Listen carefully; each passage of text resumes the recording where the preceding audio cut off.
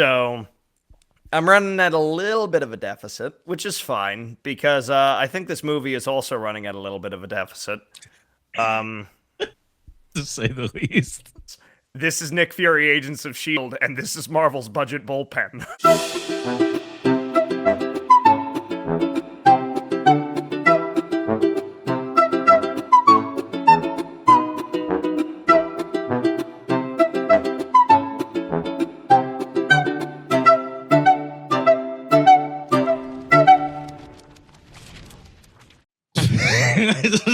Okay, I kind of love that.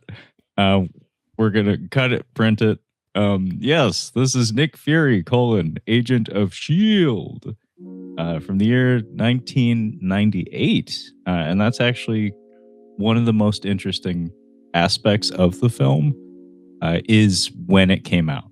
Like the point in time in which it got rolling and it aired on television serves as almost like the genesis point for what would become the MCU. This is an Avi Arad production, who, if you're not familiar, dear listeners, he's a Israeli-American producer, head of the Toy Biz Corporation, I think to this day maybe, but point is, he's had a very, very, very long association with the Marvel brand. Funny history lesson, I guess. Funny how a lot of times the lowest of lows, the ugliest of times, sometimes give way to the most prosperous of times. And that's kind of what happened in the history of Marvel Comics and Marvel Entertainment and Media. Was I just happened to get in on the ground floor of what is often regarded as maybe the worst period of Marvel Comics history. Where it was just what was available to me when naturally. It was just a consequence of the year in which I was born. 1996, around then was the Marvel bankruptcy years. That was when they're like, that was the Heroes Reborn. That was Onslaught, where it's just okay, we have officially hit rock bottom. We're calling Rob Liefeld back and asking him to make the most grotesque rendition of Captain America anyone has ever seen. We are desperate. We are bankrupt. We are going to sell off the rights to everybody we got, everybody in the bullpen. And as a result, guys like Avi Arad stepped up and were like, yo, I want some of that Marvel pie. I know you guys are down right now, but your brand is enduring, and I think there's potential there. And what came of that was some of the most important moves ever made in the history of Marvel, basically, in the modern era anyway, in the post-comics era. Because this is the fellow who gave us the Spider-Man animated series, to a much lesser extent the Iron Man series, to an even lesser extent the Silver Surfer series. But all that to say, Nick Fury, Agent of S.H.I.E.L.D., predates Blade by a few months. And it's from some of the same producing peoples, and it's cut from the same cloth in some regards. But the interesting thing is that it came out 3 months prior to Blade. So basically, if you didn't get the theme this month, we're going to be talking about and the rest, the other Marvel shit that is not Disney or MCU related. And I had never seen this film. Levi had. So Levi, why is it you picked Nick Fury, Agent of S.H.I.E.L.D. for us to kick things off with? Question mark. I have always kind of liked this one, just because, background, I'm a long-standing comics fan. I'm more DC than Marvel. So these sorts of properties have always kind of interested me. When it's wait a second, there was a Nick Fury pilot? There was a Doctor Strange pilot? We had Daredevil in the 70s? You have that sort of thing where it's well, what's going on over there? What's going on over there? And this pilot in particular always struck me because it was it looked pretty decent. And as much as we can laugh at Hasselhoff as Nick Fury, as a casting choice, he looks pretty good. And I'm like, okay. Like, so it always kind of fascinated me. And I watched it ages ago. Like, to a point where I hardly remembered any. And I watched it as God intended from somebody's original broadcast tape that I bought at a convention. The way it's meant to be watched. With Sharpie on the end label. Yes, it's meant to be watched in a dual feature with Roger Corman's Fantastic Four. Yeah, which is a movie I wholeheartedly defend. Me too. Yeah, it's a movie. It's like, dude, it is firmly a movie. It's a movie. It's a freaking movie. And it costs $4 million less than this. Yeah, it's like, it's one of those crazy things where I have always been fascinated by these projects. I've always loved these sort of projects, especially because on the internet people make big stacks, right? Of like, here's everyone who's played Batman, and I'm like, hold on. You've left out 1940s serial Batman with the weird floppy ears in his Batcave that's literally just a cave with a desk in it. They invented the Batcave, those serials. And it's like, so I get to be that smartass who's just like, well, actually, that's but I love these sorts of projects. Even when you watch them back and you're like, oh,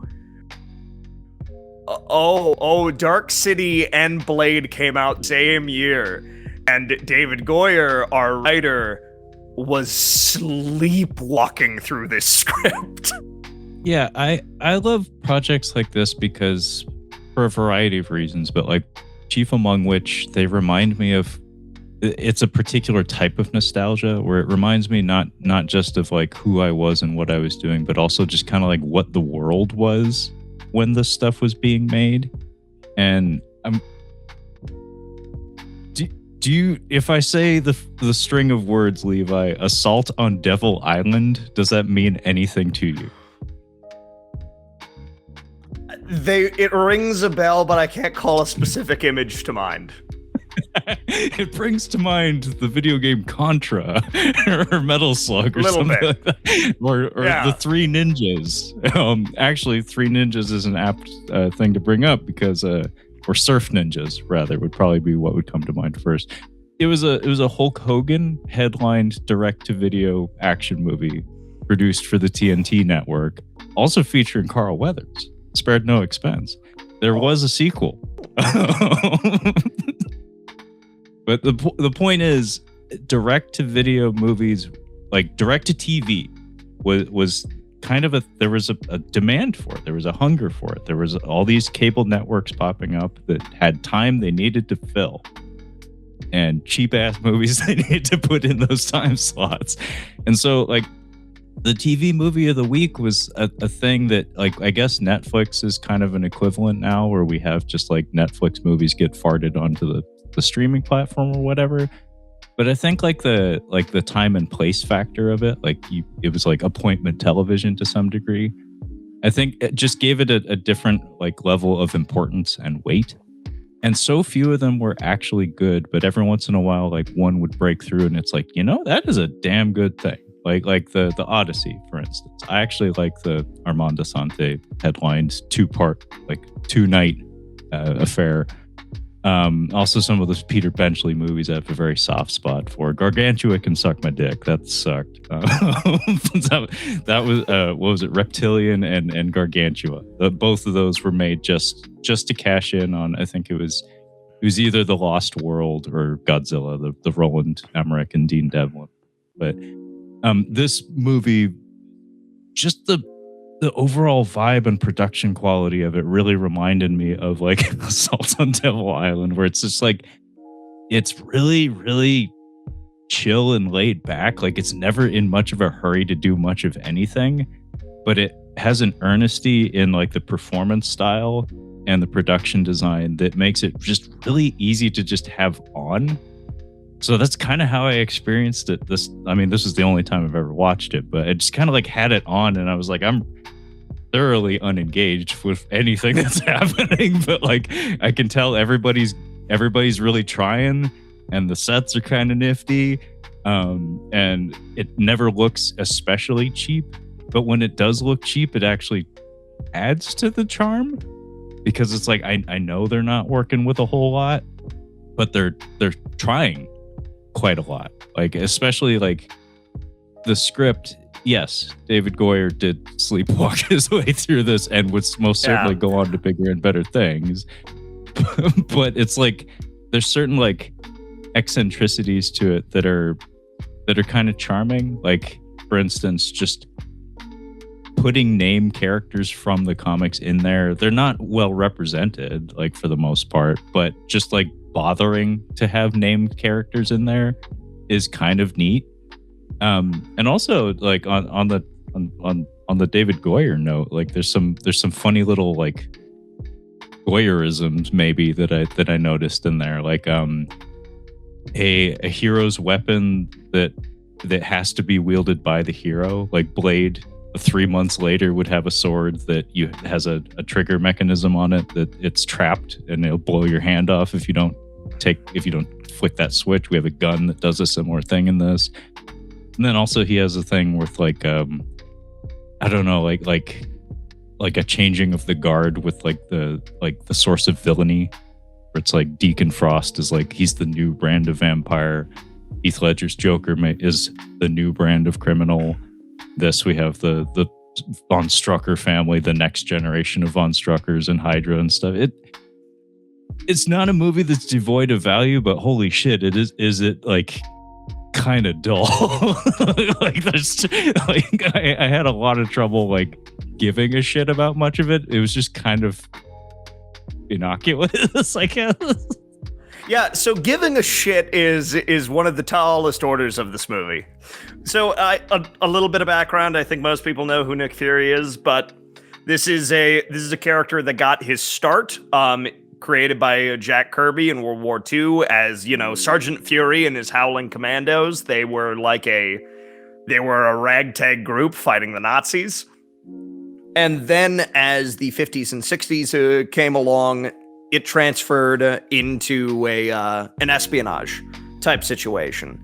So he is working with S.H.I.E.L.D, which is this big government agency that does protection stuff, and he goes on various adventures.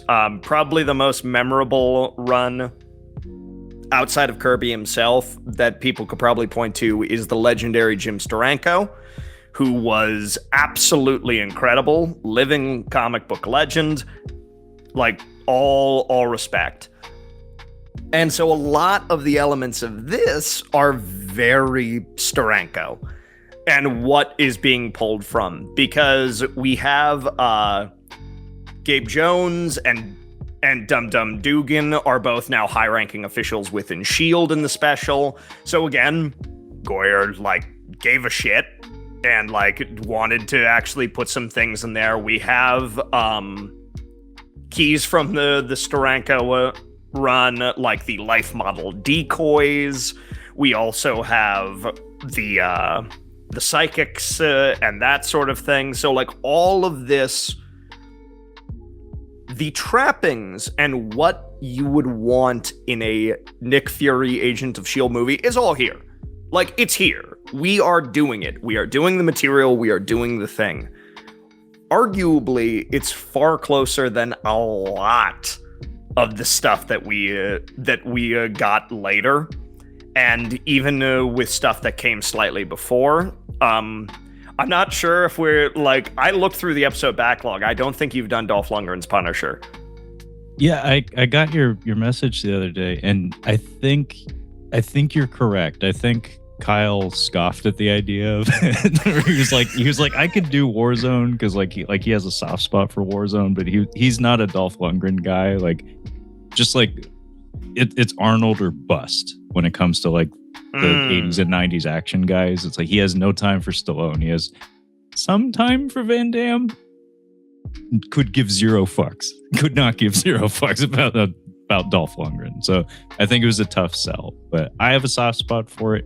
I think you do too. So we'll probably get to that. Yeah. And so the thing is that arguably this does a better job than that one as well, where it's like, we keep the iconography. We keep, like, if you look at this movie and look at the different parts of it, you would say, that's Escape from New York. And then you would say, wait a second, that's Nick Fury, Agent of S.H.I.E.L.D. It is...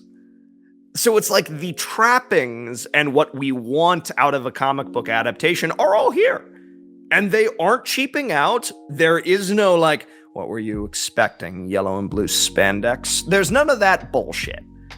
We play it pretty much straight and give you the material. The thing is that Goyer, and we've seen this as time has gone along, that David S. Goyer is simultaneously a very, like, prolific writer who loves comic books, but his dialogue can't fight its way out of a paper bag.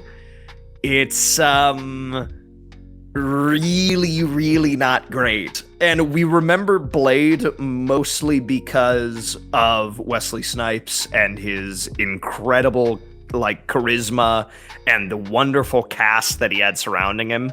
Because on a writing level, like, it's not great. And, like, we can look all throughout his filmography, and, like, the only one I can really hang a hat on, which, again, came out the same year, is... And even Dark City is kind of built on what the hell is happening, and everything's a little vague. Yeah. So what we have is sort of this strange thing where I'm like, this is technically everything I would want out of a Nick Fury Agent of S.H.I.E.L.D. movie. But the problem is that it is being done on a TV budget by a guy who is clearly too busy for the material. Yeah. Our director doesn't have a whole lot to contribute to it either, as far as I understand. Rod Hardy is his name. He is a working man. He has done films. He has done television, some of which you know of, some of which you don't. Jag. He worked on Jag. That's how you know it's quality. But I agree. David S. Goyer is kind of a, I don't know, like almost like a mercurial presence in the writing world, where he has moments where he's like absolutely brilliant, but then he's also got a lot of misses, and dialogue is often a common problem with a lot of his movies, where a lot of it's kind of marble mouthed and doesn't feel especially naturalistic at times.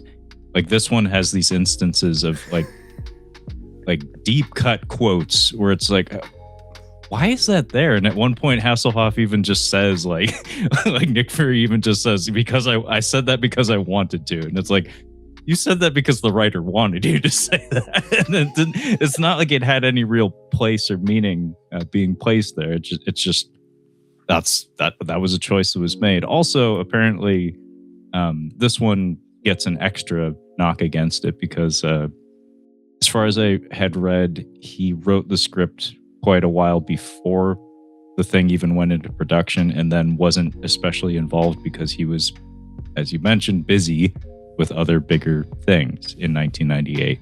So it's just kind of like it wasn't curated. Like, it's not like there was any presence on set or anything to help smooth out some of those rough edges. It's just like, here you go. Here's a thing from the drawer. Go nuts. Shoot it. But yeah, the dialogue is pretty lame. It's pretty wimpy. The pacing for me is a big issue as well, and also just the energy in general. Like it doesn't really have many peaks and valleys. Like there's some moments where it's like, oh, you're supposed to be like worried about Nick Fury at this point. It's like, oh, he's poisoned. It's like, oh, but it's a slow poison. And then like later on, it's like, oh, he's gonna get into a fist fight. It's mostly just gonna be him wheezing while running down a staircase and kicking a guy. And there's your amazing fight sequence with the big masked goon. Yeah. You get caught up in the Beastmaster 3 of it all. Funny you should mention.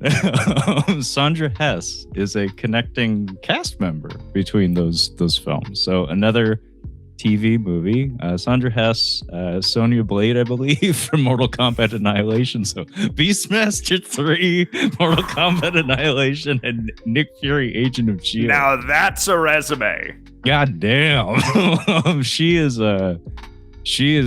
chewing all the scenery in this. I think she's like Swiss or something, but she's putting on like a very heavy, very exaggerated German accent. She's our villain. She's Viper in this. She's having fun.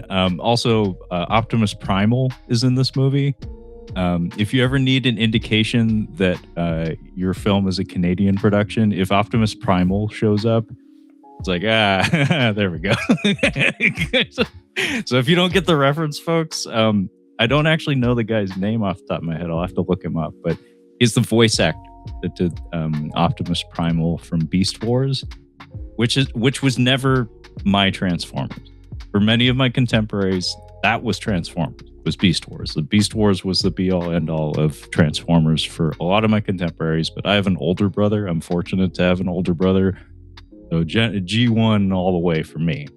But yeah, I know Optimus Primal. It's like, I hear Optimus Primal. I'm like, that's that big robot gorilla. It's like Dum Dum Dugan as portrayed by Big Robot Gorilla Man. Also, I think he was in Freddy vs. Jason. But yeah, also I think another Canadian production. But yeah, I've attuned myself to that. If I hear that Big Robot Gorilla voice, it's like, oh, we're in Canada. That's actually on their citizenship test. It's like, if I play back this recording, can you associate it with the man or perhaps the character he portrayed on a 90s television show? Or perhaps the gorilla that he portrayed. It's like, I just gave you a really big hint. We're trying to help you out here. It's like, oh, which gorilla is it? Gorilla Grodd? It's like, get the fuck out of Canada. You get right the fuck out of Canada. Yeah. We don't even know what you're talking about. Oh, had to fit it in there. But yeah, Dum Dum Dugan is in this. Sans mustache and sans hat. Did that bother you at all, Levi? Time, I don't know. Like it's one of those things where I'm like, I'm happy he's here. Yeah. Yeah. I'm happy. It's like I'm just happy he's here. Well, because the thing is that so often what we get in 90s adaptations, just adaptations in general, we just don't get anything. Like you don't get jack shit. And it's like, oh, no, he's here. Oh, and Gabe's here. All right, so they're here, and they are acting like in a capacity that makes sense for them. It's like, that's fine. Like, good. It's like, if we can get the visuals right, awesome, fantastic, good work. Because it's like, in Captain America: First Avenger, we get a proper Dum Dum Dugan, who is played by a very talented actor who I can't remember his name. I like the guy's performances. I generally like, he does great character work. And his name is escaping me. I think it's something McDonough, I think is his last name. But yeah, like he's very Irish. Very Irish, and also has had a interesting career. Like Band of Brothers. Yeah. He was M. Bison. Like, should anybody forget that? This man also portrayed M. Bison in the worst Street Fighter thing ever to happen, the Legend of Chun-Li.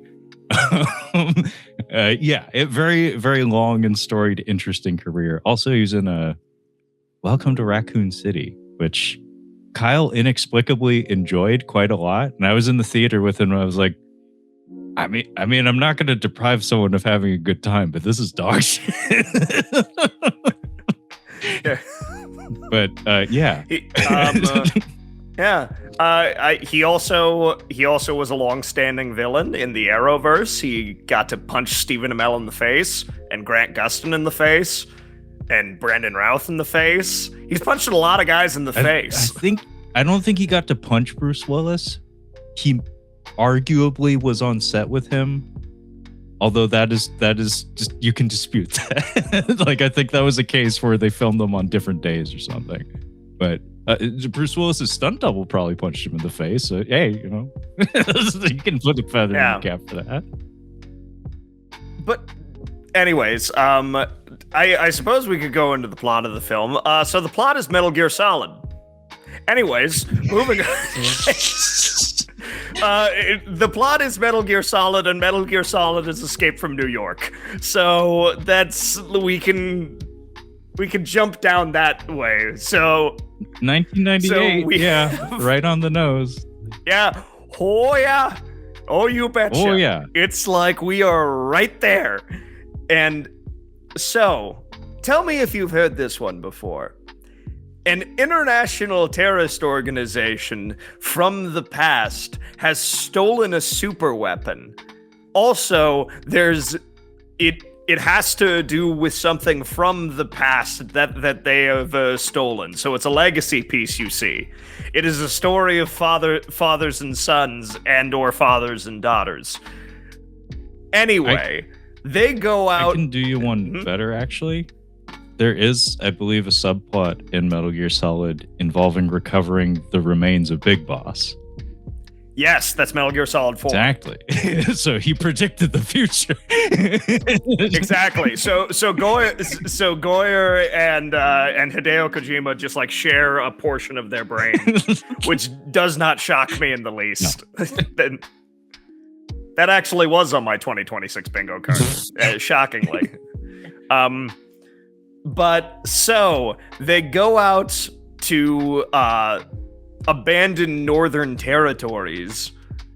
In the case of literally everything else, it's Alaska. Here it's the Yukon. They go out to find their beaten up, sometimes eye-patched warrior to say, "We need you back at the field." And then he says, "I'm retired."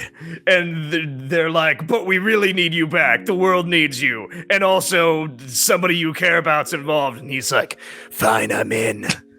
And so they bring him back into the field, and he has to encounter old friends and old enemies.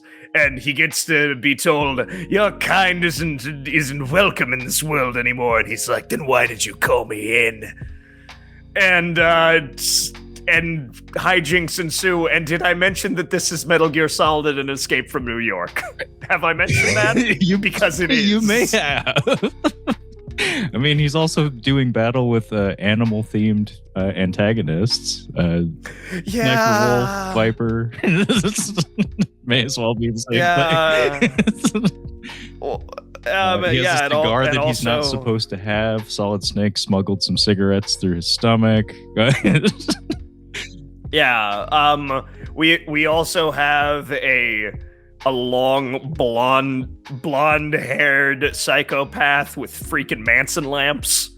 Yeah, it's all here, folks. It's all here. It's Escape from New York and Metal Gear Solid. If you want a combination of that in a really tepid film, you can find it.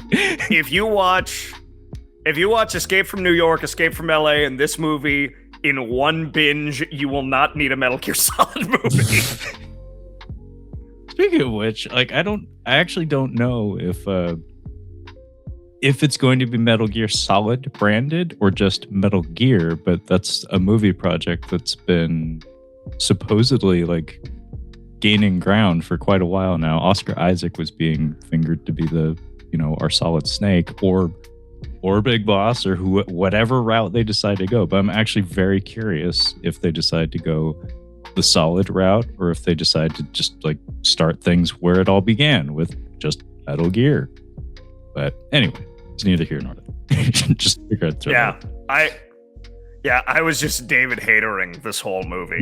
I was like every line. I'm just like every single line that was coming out of it's just like, "Let's go kick some Hydra butt." Like, but a hind tea. But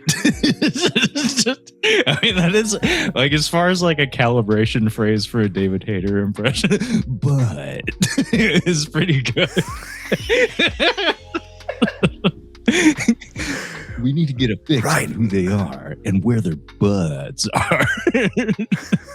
Let's go kick some Hydra butt. Yeah. Provides no tactical advantage whatsoever.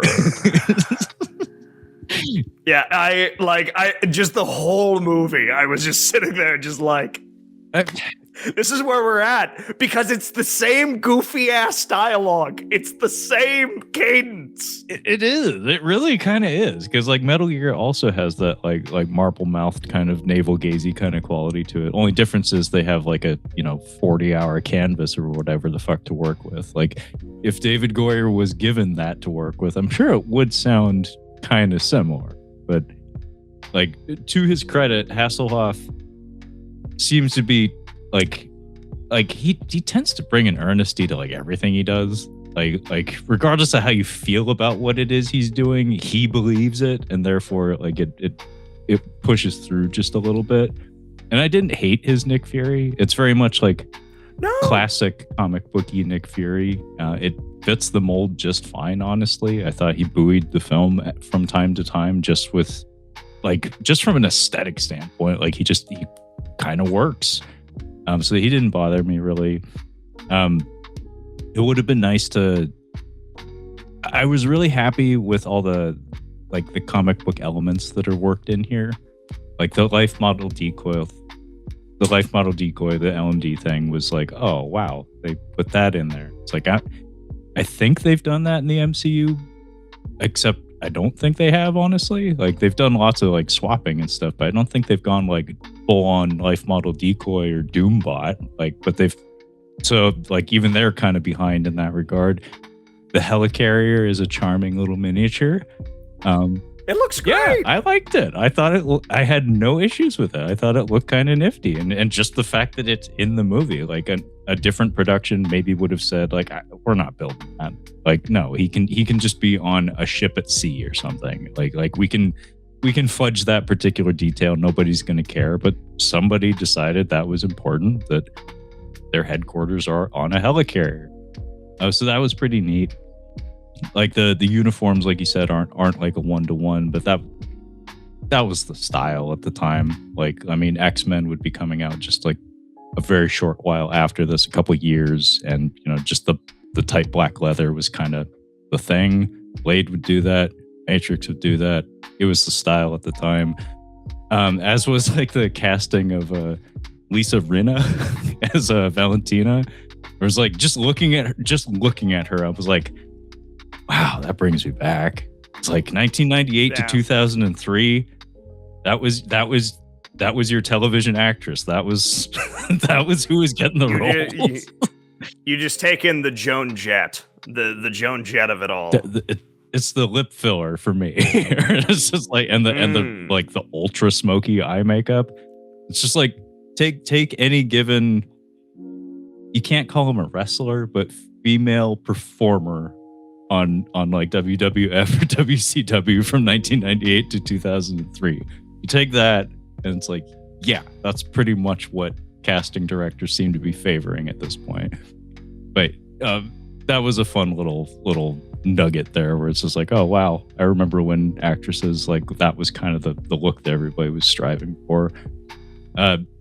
Also fun seeing was it Alexander Pierce represented here, kind of a minor character in the comics as far as I recall. I barely rubbed up on that character in all the time I've been reading comics, but bumped up to prominence in the MCU with Robert Redford, I think, standing in for that role. Like, oh good, there's some crossover there. Interesting. And also just having fucking Hydra as the bad guys.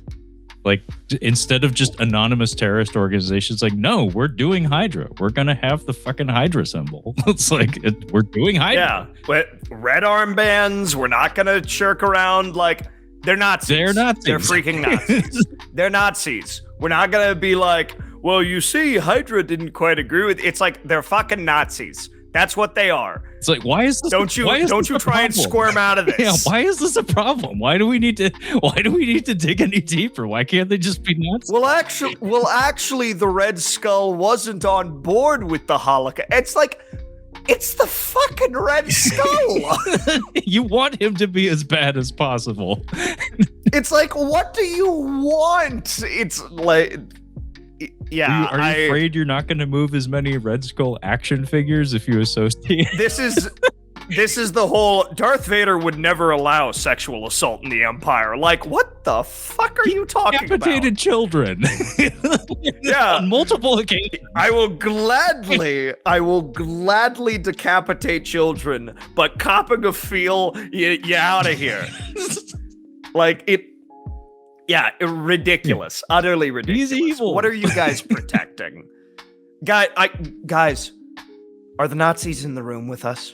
Are they in the room? Are they going to riot if you even mention them? Guys, we can't Voldemort the Nazis. Like, you can use that. They're villainous. We can use those. You don't really need to People pull punches. like seeing them. It's like, dude, people like seeing Nazis get shot and punched. Yes. It's a load of fun.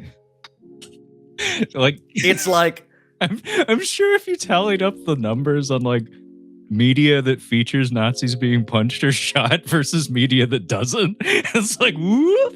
It's like proven box office gold. Well, and that's the thing, guys. Guys, it's one of the things you can undisputably do. Yes. It's like, it's one of the few villainous because everyone pretty much universally is like, yeah, that wasn't, yeah, okay. Like even the most staunch defenders who aren't they themselves Nazis are like, well, I may have taken it a little far in a few places. like it's, they will at least go that far where it's like, yeah, that was probably a mistake. Yeah, you know what? Maybe we shouldn't have done that. It's like, yeah, exactly. So we get to shoot them in perpetuity on film. I mean, you fuck up bad enough, you do enough bad shit, that's kind of what you have to deal with for the rest of time. It's like, you know what? Sorry, we're just going to keep kicking you in the nuts over that really, really, really fucked up thing that you did a long time ago. Yeah, yeah, exactly. I'm sorry. The trade-off for you murdering 6 million people is we get to shoot you forever in culture. Yeah. Just forever. Yep. Very much. So yeah, I'm glad. Yeah, I'm glad the Hydra presence in this film are just like flat out, explicitly just they are Nazi remnants. Like these are Nazi extremist remnants, and we don't have to pull any punches with that. It was a different time in 1998. It was just like, oh yeah, sure, they're Nazis, they're bad. Like the plot is established. Like them bad, Nick Fury good. Yeah, although this is actually a running problem across the thing, is the TV PG of it all. Yeah. There are times where I'm like this. I want Fury to be just at least a little coarser. Just a little coarser. Because it's like, you know, we got him smoking in the elevators and everything, and like you can finish the lines where he's messing with Pierce. Pierce is like, I graduated top of my class in hand-to-hand combat and disposal of explosives, and he's like, how's your needle point, kid? Needle points, huh? I'm just blowing smoke up your ass? Hoo-ha. Hoo-ha. It's like blowing smoke up your ass. Ass. But. Yeah. But. Let's go kick some Hydra butt. Raiden. Squeeze my hog. But. Yeah, there are just some moments where I'm like, I would have liked something just a little coarse. Really? We can't get an ass or a damn on a TV PG? It's a different time. At 1998, I don't think it would be quite a while, actually, before South Park would pull the shit card and like demonstrate that the MPA will allow you to use the shit word on television. Like, I don't remember that being a thing until roughly around then. So like, ass and damn damn ass hell to quote Bart Simpson. It was kind of uncommon. But yeah, no, I agree. Like it has there are some kid gloves that are affixed to the thing like very, very permanently that are vexing. Like it feels wrong. Like not just to the character, but also like just to give it some teeth would have hiked the entertainment value, honestly. Because like the action element is anemic. Like it's really not like, I don't even know if they had a choreographer for any of this stuff. It's just like, I think they just told him like, Hasselhoff, just, throw a kick and the guy will fall down or something. Just flap the Hydra agent's arms around. Make it look like he's killing you. Rod Hardy's directing methodology. Let's shoot this fucker. Yeah, no, absolutely. Yeah. And at the very least, like I've been watching just off and on in smatterings a decent amount of 90s TV. So I've been watching through The Adventures of Briscoe County Jr., which bizarrely enough was deemed, it was like, dude, it was lambasted in the press. Like it was slandered as the most violent show on television. The most violent show on television. And it got all of this bad press for it. Briscoe isn't allowed to shoot people. Briscoe doesn't shoot people. There is one death directly at Briscoe's hand, and it's in the second episode. 26 episodes. Briscoe does not directly kill anybody. And the thing is, the action works, and it's exciting, and it's well choreographed, and it's a really fun show. Because we have a lot of great talent behind it. And it's one of those, when it got canceled, everyone was like, gone too soon. Goodness gracious, why? But it was this big thing about violence on television. And they counted acts of violence as like anything. Each punch was considered an act of violence. So it's like when you counted it all up, it's like, well, Briscoe has a lot of action. Therefore, most violent show on television. So, while I was watching this, I'm like, oh, thank God. Oh, thank God people can actually die at the hands of our heroes. I'm like, he shoots somebody and they die. Awesome. I'm like, this is what it feels like to have something on television do this. And it's like, we got that, but then there are moments where, Arnim Zola. Arnim Zola makes an appearance in this. Unfortunately, he's not a big, weird robot man, but beggars can't be choosers. Arnim Zola is here. So, and they do a scan of his mind. It's like, oh, well, let's try and see what Hydra's plans are. And it turns out the whole thing's booby-trapped. Essentially, somebody's put psychic layers inside of his mind to repel and overwhelm whoever tries to read it. And all I could think throughout the whole thing, because we have a couple of generic stock footage of like the atomic bomb tests and plane crashes and a few other things, and all I could think was, give me Auschwitz footage. Give me the mass graves. Like that's what we need for teeth in this. That's what we need for teeth. Is like, this is the direct work of this man. Show me the footage of them recovering the camps. But we can't do that because it's TV PG. Yeah. And it's like, there are just moments where we need a little bit more. We just want a little bit more. And it's the type of things that would give the thing texture and give it teeth, but we can't because it's TV PG and we're the Tuesday night movie on Fox.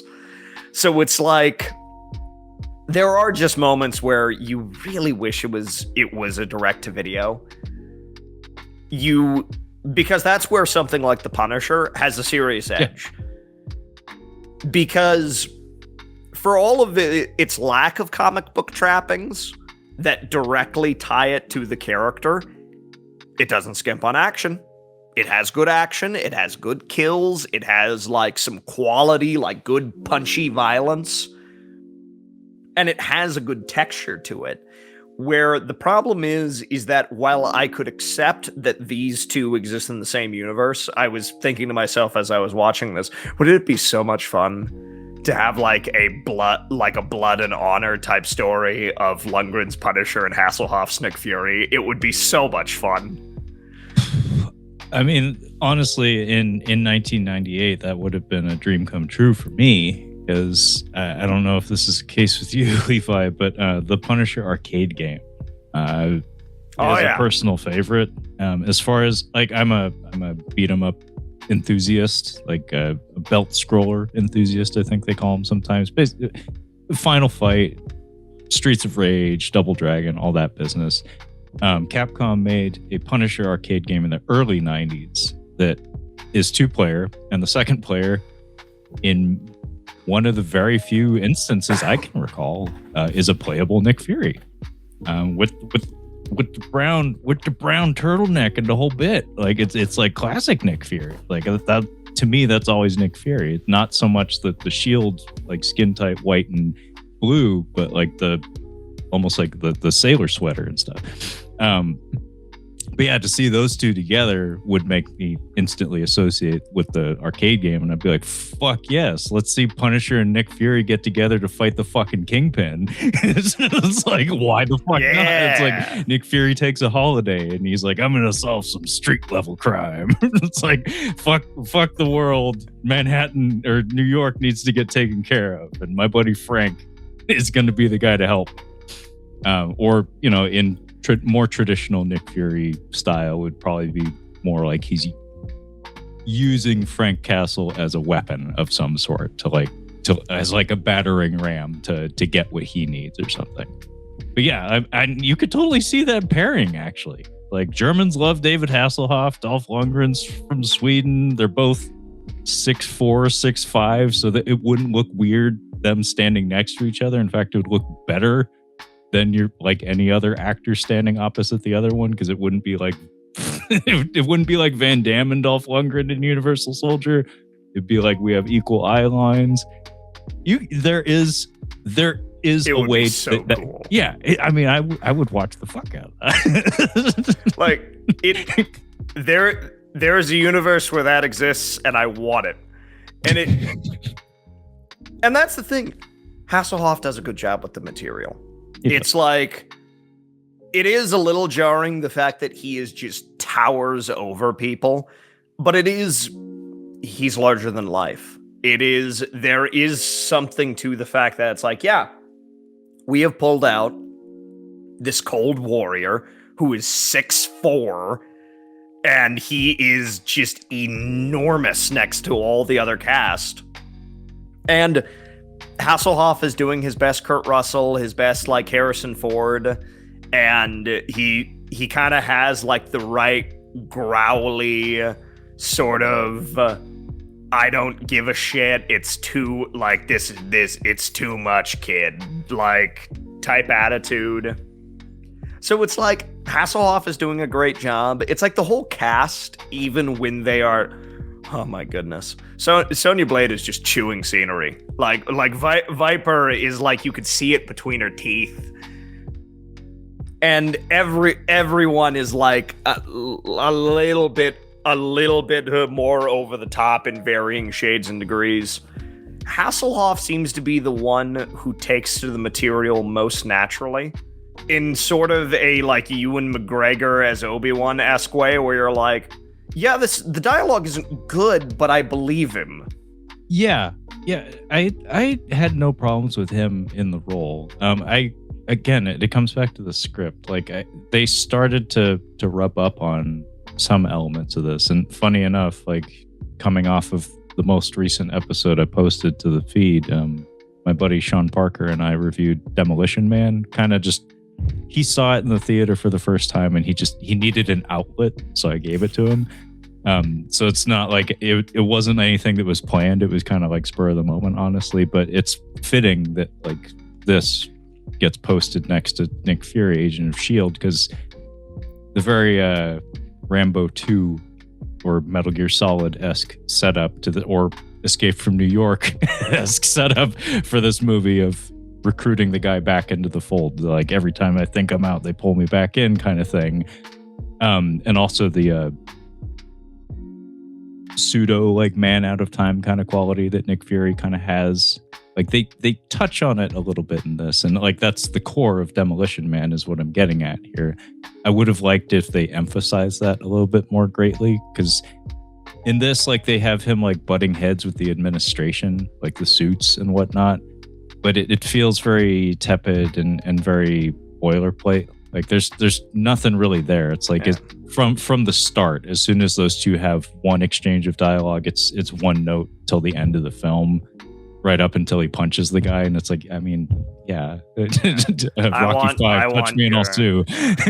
Sue me for what? I want your badge and desk on my gun by tomorrow morning. On my gun. I want your clothes, your boots, and your motorcycle. I mean, yeah, may he be stricken from our may he be stricken from our hearts and our memories, or whatever. By Xena, I'll have you in a crab full of buckets. Jimmy was known for his stewards, and yeah, you kind of want a little bit more of that. Honestly, one of the things I was really frustrated by, Pierce is green. But Pierce also did graduate top of his class. Yes. So here I'm like, this is my tweak. These are my tweaks for this movie. First of all, guys, just like give it a TV mature. Yeah. Get something like let us have something a little bit coarser, a little bit grittier. Let Pierce be good at things. Yes. Because Pierce is the new breed of agent, and he's this like shorter, kind of wispy British man, and he's kind of portrayed as not being very competent. Like, he gets, like, 1 or 2 moments, like, maybe, in the whole thing. And he's mostly portrayed as kind of a punchline and kind of a joke for Nick to kind of push past and be like, let a real man do this type thing. The problem is that the bureaucratic order and what makes up New S.H.I.E.L.D. is portrayed as pretty much universally incompetent. Yes. And I take issue with that because it's not a wise way to set it up. Because it should be shown as there's like give and take, and because this often is how it happens in real military operations. It's how it happens in life in general. It's like, yeah, kid, I mean, wait, you can do that? And you can do that fast. Wow, we used to have to do X, Y, and Z in order to do that. Whoa, you can get that done real quick. And it's like that in everything. It's like that in service jobs. It's like that in blue collar life. It's like that in military life. It's like, I remember back in my service days, it's like we would talk with people and it's just like, yeah, we used to have sources and wiretaps, and we would have to go out into the field and we would have to risk our ass. And it was this constant thing where we were only allowed to use particular types of typewriters in order for them to know that it was us and not somebody else. And like, so there were all these things in place that we had modern tools to work with, where it's sort of the same thing. But then, of course, you know, the winning question is, so what happens when your little toy breaks? And then it's supposed to be like, well, kid, you know, you have to learn how to use iron sights instead of just a scope. And it's like, so that's the give and take. We have the practical knowledge, but we also have the speed of technology. And it's also like, well, Nick, you can't just haul off and hit somebody. Like, we know pressure points now, and this is how you do it. It's like, I barely had to tap the guy and he's over. So you want kind of that push and pull of showing that everyone on this man's team isn't useless. Yeah. But the movie doesn't do that. Yeah, they do kind of like put all of the weight on Valentina and Nick. Like everybody, like even the psychic gal like comes into play like twice, and they seem to keep forgetting that she's an ESPer and has, abilities that can be utilized, but they only remember that a couple of times. But my tweak would be very, very similar to yours, where I think just to create like an affinity between the two characters, you would need to have that exchange where there's a moment or two where Pierce shows his ways are superior, and Nick Fury has to swallow that and just be like, oh, that's way better.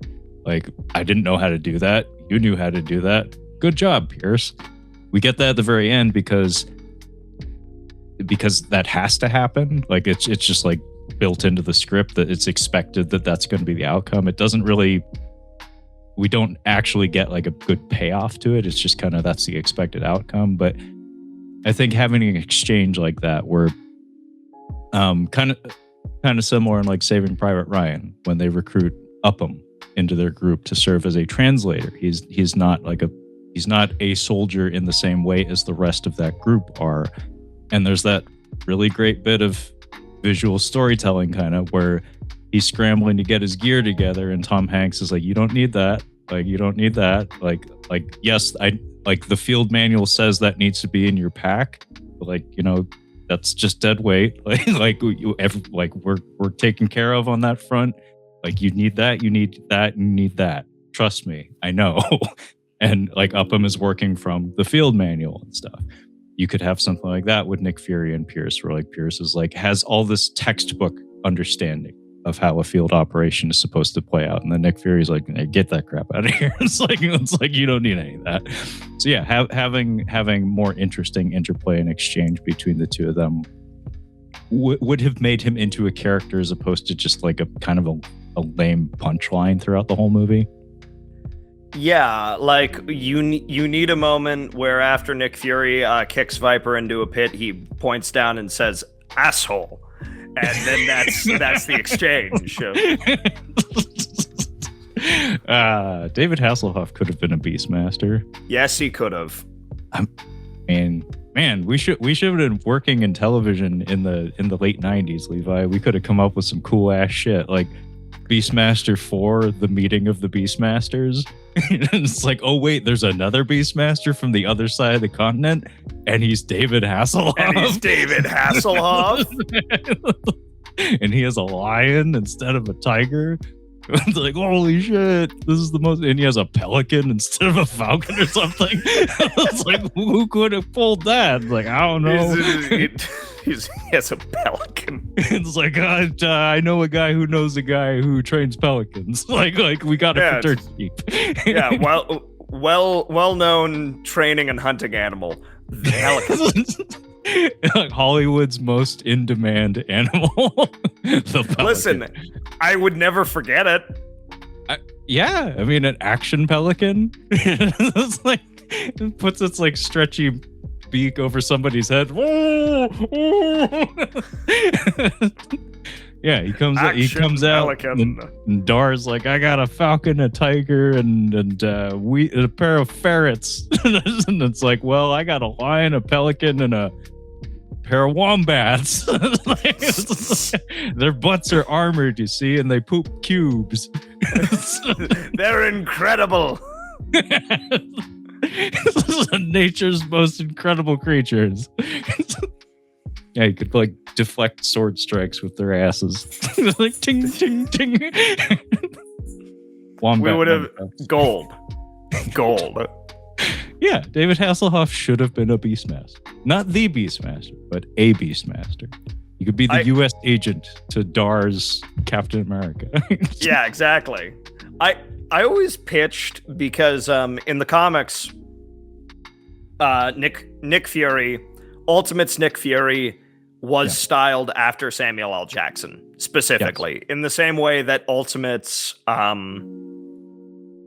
Charles Xavier was explicitly Patrick Stewart. And so Thunderbolts, Norman Osborn was Tommy Lee Jones. Yes. Yeah, exactly. So that was kind of one of the things about the Ultimates universe is they specifically styled them after particular people. It's because Greg Land traced all of his art. That's one of the reasons. But yeah, that man loves his porno.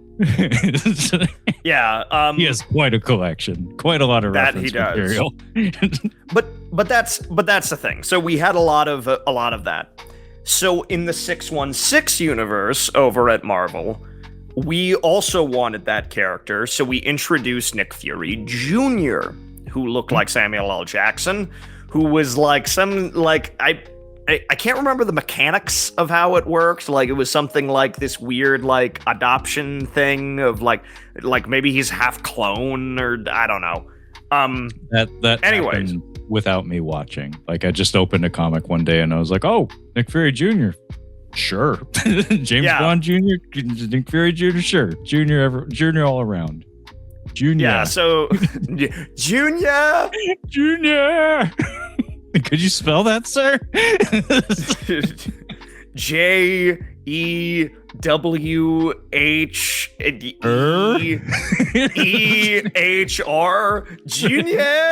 Junior. Anyway, sorry.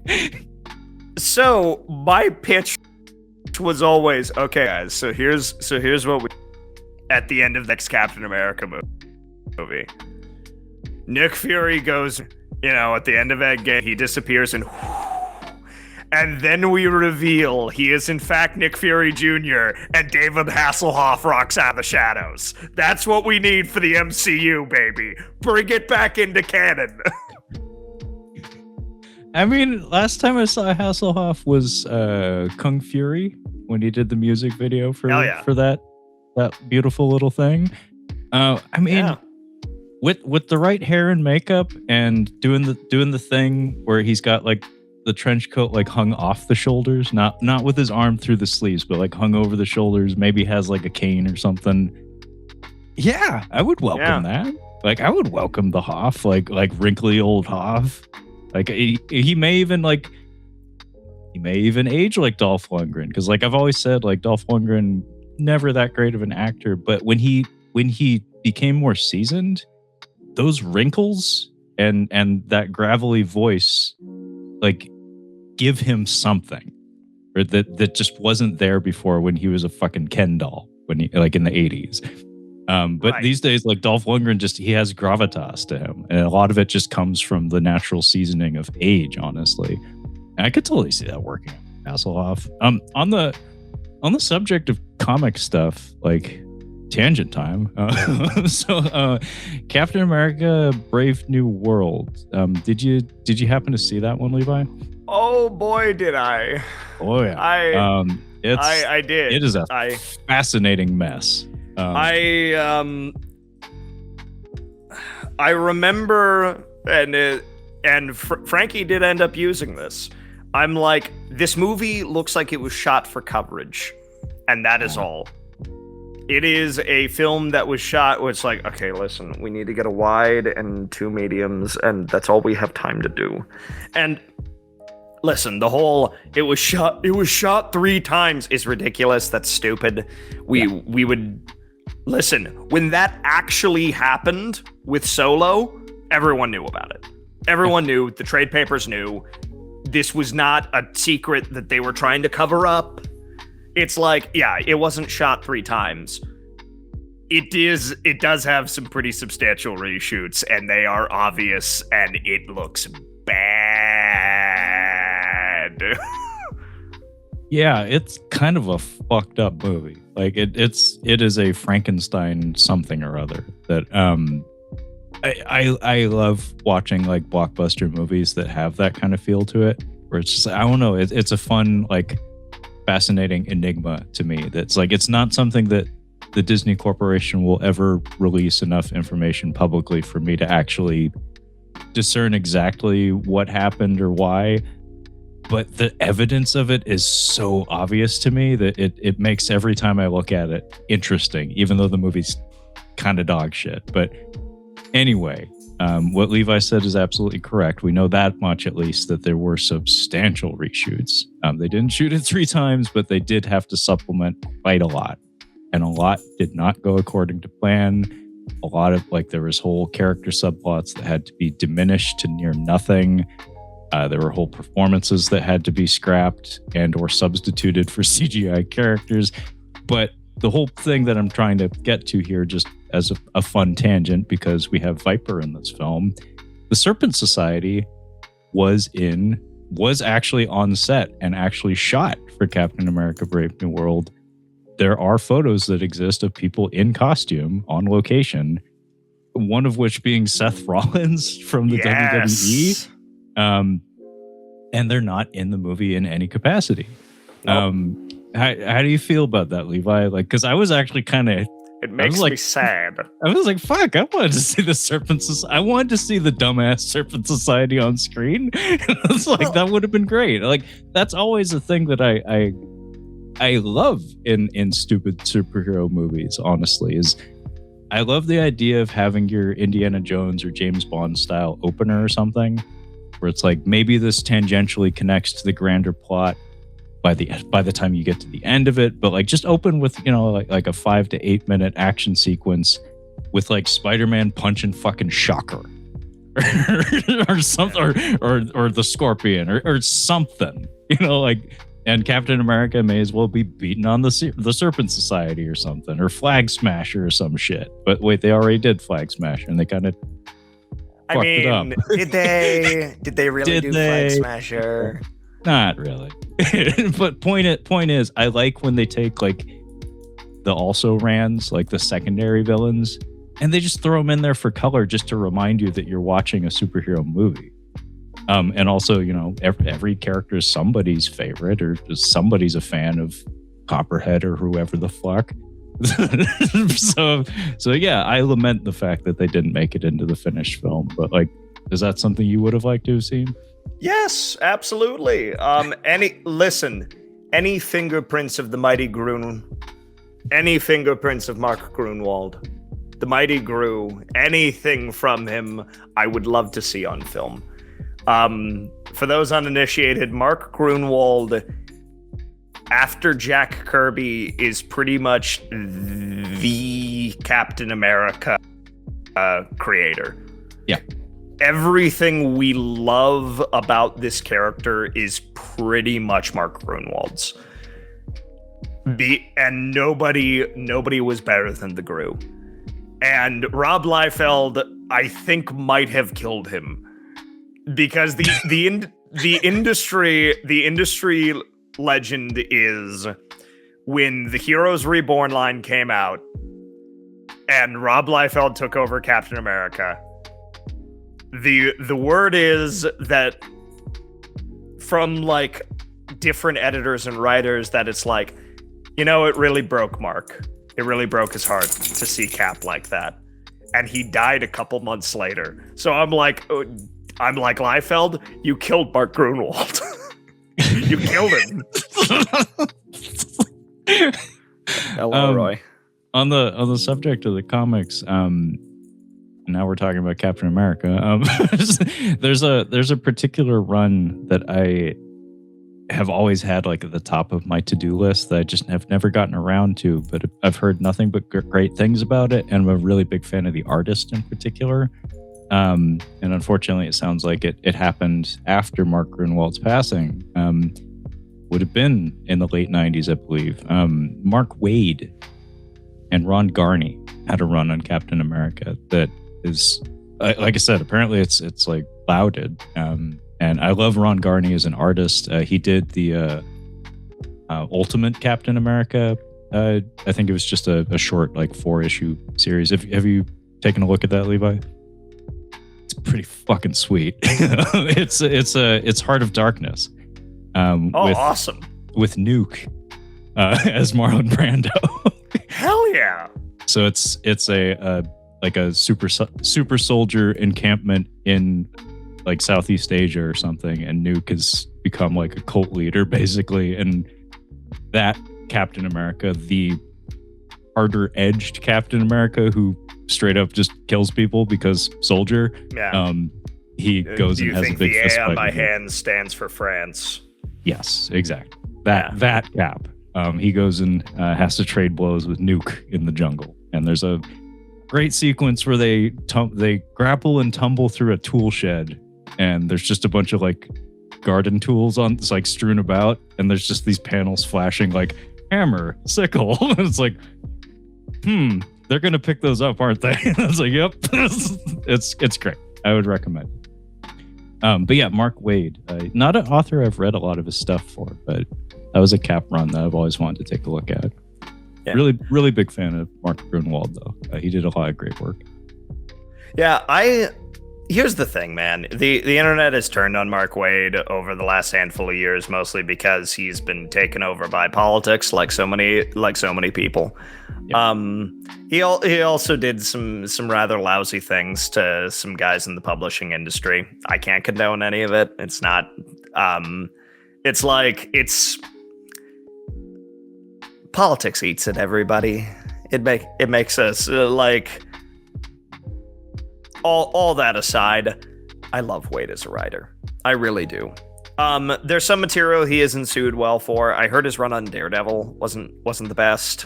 Yeah, I heard that much as well. But he is like king of the Flash. Like his run for Wally West's Flash and Impulse is great. I love Kingdom Come. He's one of those guys that still gives a damn about pulp characters like the Green Hornet. He had a great run on that. He also did JLA Year One, which I quite like. Oh. Mark Waid's he's a solid writer, and he does some really, really great stuff. And who knows, maybe his best years are behind him. Listen, it comes for us all. Like they had Chris Claremont back on X-Men a couple of years ago, and people were like, "Yeah, the fire's gone out." It's just like, yeah, when you're off a book for 30 years, it happens.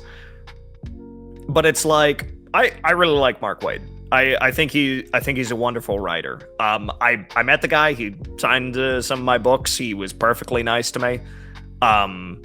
His Twitter feed and his feuds with others in the publishing industry notwithstanding. Okay. I don't know the details of all that, and of everything that you cited, I think Kingdom Come's the only one that I've actually read. So he's not a guy that I know a whole lot about, but that run on Captain America, politics aside, again, not something that I'm really in the know on. I do actually really want to read that.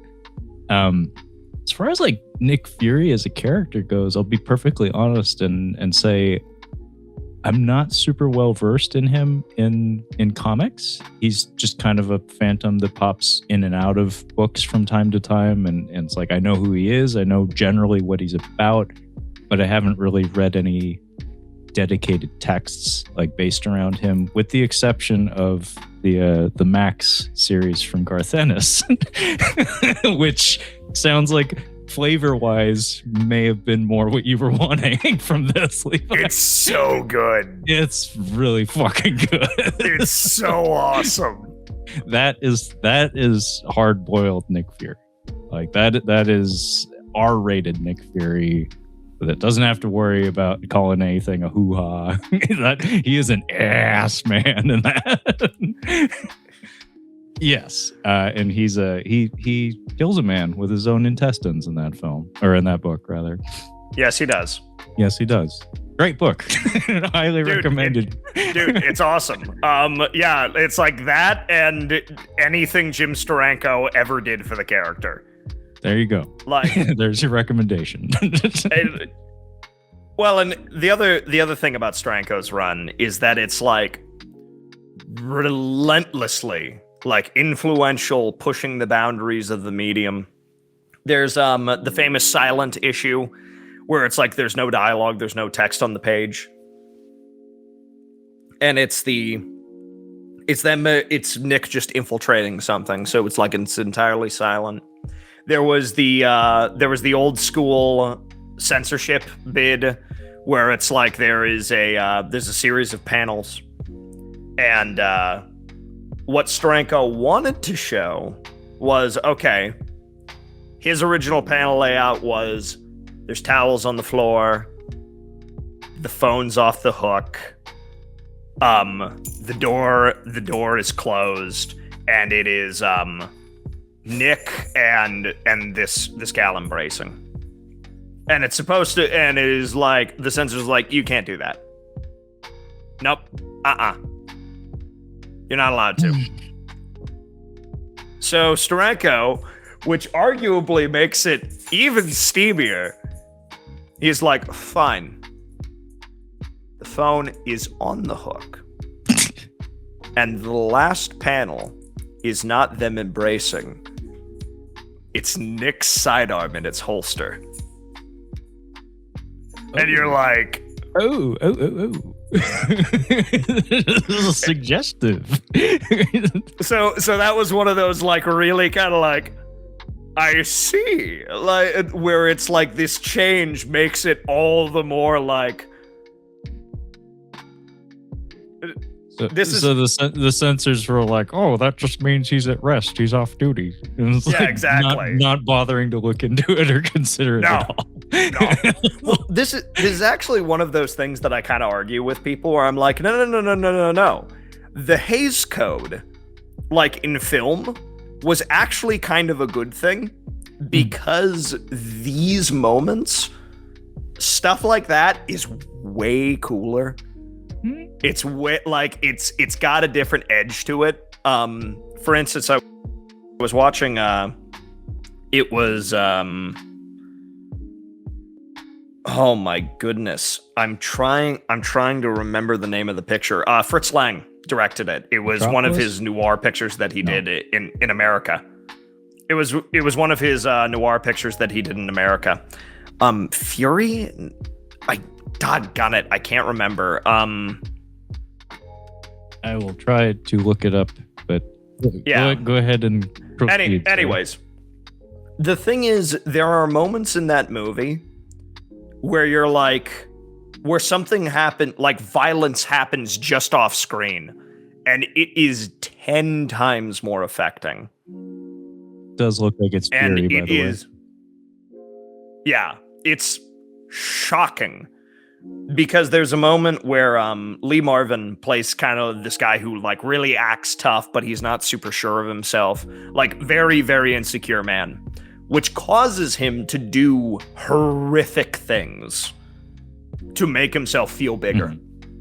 And there's this gal that he sends out to get more information on this cop that's been tracking him down, like tries to seduce him, and she fails. She screws it up and is just like, listen, I couldn't get the information you wanted. What do you want from me? And we cut and we turn and the camera pans and we see a pot of hot coffee sitting on the burner and he goes for it. And you're like, oh no. Oh God, no. And we do not leave that portion of the shot and as he picks it up and slings it. And the camera just stays on the burner and we just hear her scream. Holy shit. And you're like, my jaw dropped. I'm like, oh God. Like, And like, you're just, and for the rest of the movie, she's just bandaged. Ooh. And you're like, oh God. And all I could think when I was watching that was, in a modern picture, we would just pan and we would see it hit her face and we would see the grotesqueness of it. It's way more effective when you only hear her, where you're imagining where it all fell. And it's like, it's one of those things where because they couldn't show that, because they had to imply sex and direct violence and all this sort of thing, it actually becomes more potent. It becomes more sexy. It becomes more violent because you are now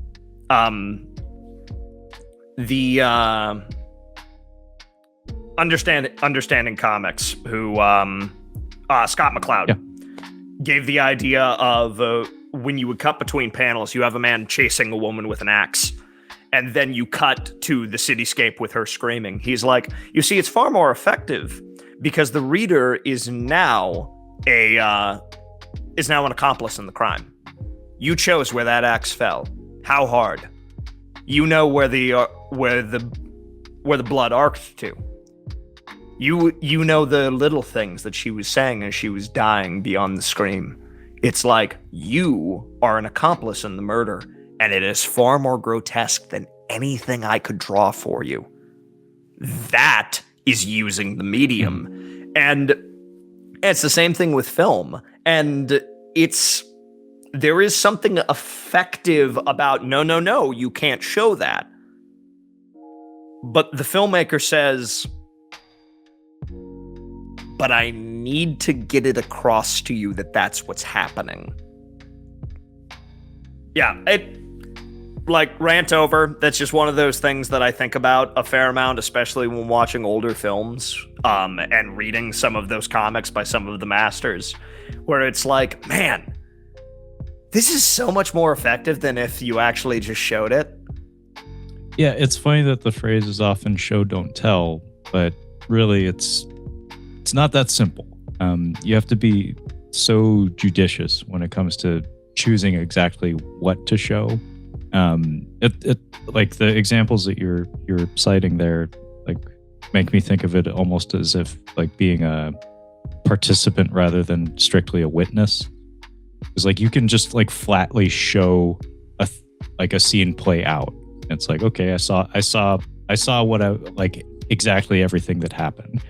But there's a artful way of constructing it where there's some imagination, some filling in the blanks that makes you kind of have to add punctuation and add elements to it in your own mind that somehow just like lends it more potency.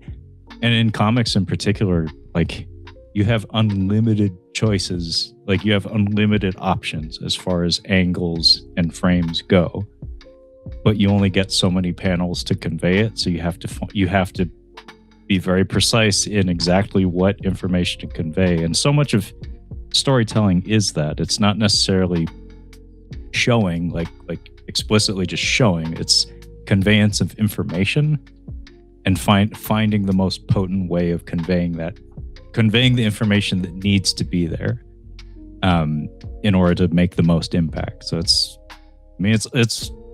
art, man. like art is an incredible thing, and regardless of the medium, it's really fascinating, like considering all those choices that have to be made. And sometimes those restrictions, those parameters, those barriers do lend themselves to creating greater creativity and finding better ways to convey the information. That's a incredible example, though, the reaching to the coffee pot on the burner and then not following the action, just using the sound and the motion to convey the violence of it. Yeah. Well, and it's a phenomenal picture. Glenn Powell stars in it, and is like, it has a brutality to it. Like, the whole movie has like this real taut brutality to it that I just have not seen elsewhere. And of course, it's from a guy like Fritz Lang, who is like a master of his craft. Yeah, I'll have to check that. But yeah, I don't know. You got anything else to say about Nick Fury, Agent of S.H.I.E.L.D.? No, we haven't been talking about it for quite a while, so I think we're about tapped out on Nick Fury, Agent of S.H.I.E.L.D. But I'm glad I saw it. Like I said, I kind of put it out there right at the top, but it is interesting knowing that this predates Blade and is from quite a few of the same people. It's from the same writer and one of the same producers. But it's like 3 months. It came out like 3 months prior to Blade, and Blade did very, very well. It would be a very long time. It'd be a whole ass decade before we'd get to, the MCU proper and stuff like that. But this was kind of like Marvel's the early foray into the world of feature film. Because like television, Incredible Hulk had been around for, that'd been around for a decade and a half maybe. They even had a couple of TV movies. Oh yeah. I think they worked Thor in there at one point, and Daredevil. Yeah, Thor's there. Daredevil. And Daredevil. Yeah, so that they. John Rhys Davies is the Kingpin. I mean, you could do a lot worse. And my axe, but yeah, no.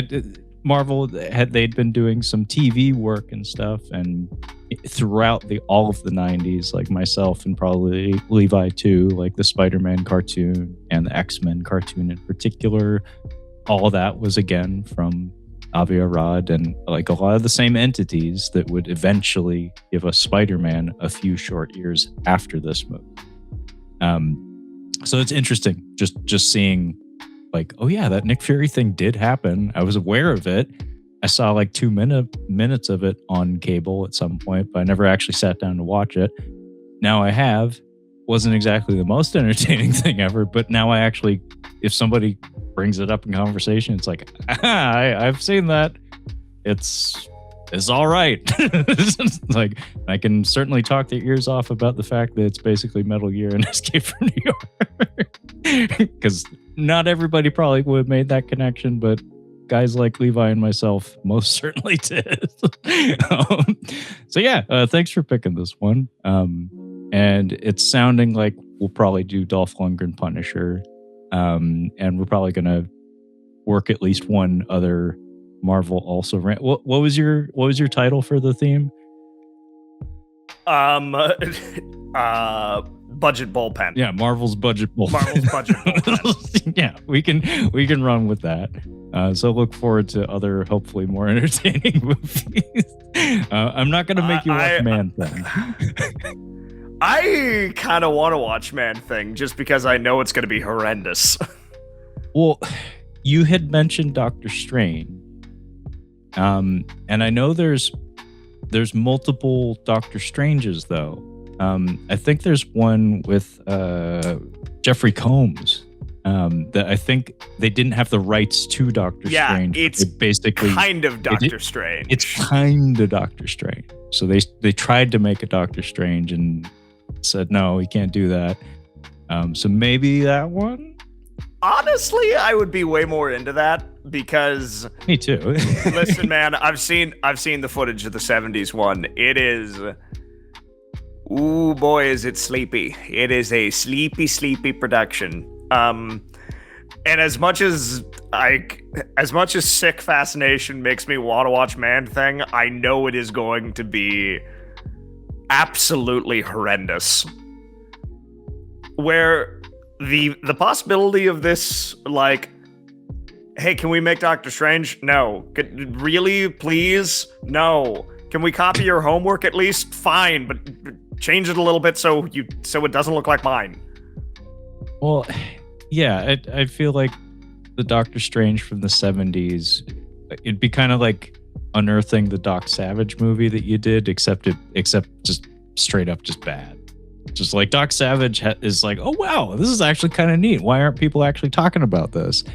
In the last 10 minutes, it kind of bumbles a little bit, but the rest of it's like, yeah, this is kind of cool. I'm glad this exists. I'm surprised nobody's talking about it. Doctor Strange from the 70s, just I don't think anybody has anything to say about it. The Jeffrey Combs one, though, isn't it like a Charles Band production or something? You bet it is. So it has. It'll have that verve. There'll probably be miniature critters of some sort, and also I'm pretty sure Pacific Northwest's finest, Brian Thompson, Shao Kahn himself, I'm pretty sure is in that as well. So something. The first victim of the Terminator. That's his claim to fame. Yeah. I think about there are like a couple of things from the show, from our episodes together, that I think about that come to mind fairly regularly. We talked about that penguin ain't penguin. But there is your reaction to me asking if the Bat People have a name, which is no. And the third one is the opening of the Doc Savage episode where you say, "Oh my God, the score is madness." I forgot about that one. I just, there's something about the way that it just ejects. Just, oh my God. Madness. The score is madness. Okay, I'll have to give that one another listen. Yeah, I think it's a good episode. I mean, yeah, of course it is. I had a lot of fun with that. But yeah, this was Nick Fury, Agent of S.H.I.E.L.D. from the year 1998. I almost said episode 1. Episode 1. As directed by Rod Hardy? Sure. But before we go, hey Levi, how about you let people know where they can find you and your YouTube channel? Yeah, you can find me over at Your Captain Speaking. I do book reviews, and we are launching back into the summer series of radio shows that both people on the internet enjoy. Hey. All both of you. We're starting those back up, and we'll be posting the recordings of those. We're having a lot of fun. But the book reviews are mostly for shorter books, so that is like 200 pages or less on things like Conan, James Bond, Zorro, characters you may have heard of.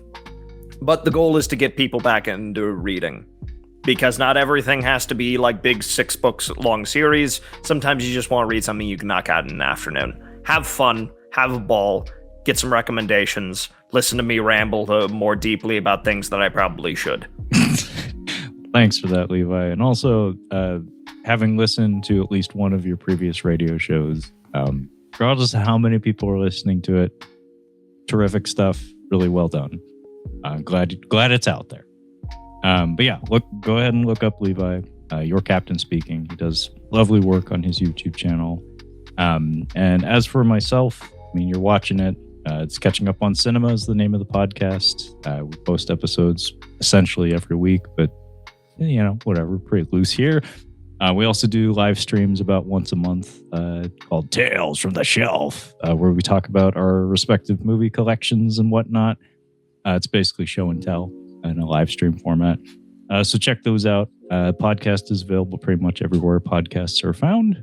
So like, share, subscribe, all that bullshit. That being said, thank you so much for listening, and we'll catch you next time. Bye. That is all for